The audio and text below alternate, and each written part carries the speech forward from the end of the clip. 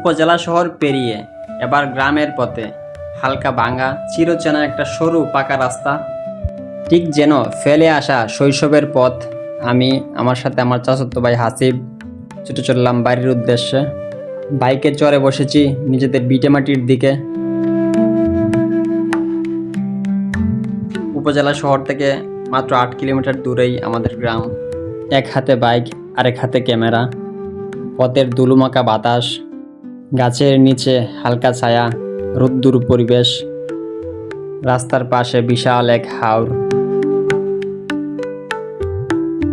এই তো মন বলছে, এই তো নিজের জায়গা, নিজের মানুষ, নিজের গল্প।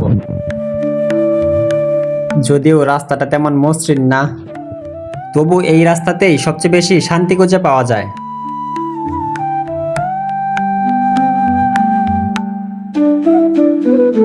রাস্তার দুপাশে রয়েছে হাওর। হাওর বেষ্টিত গ্রামগুলাই আমাদের মাতৃভূমি।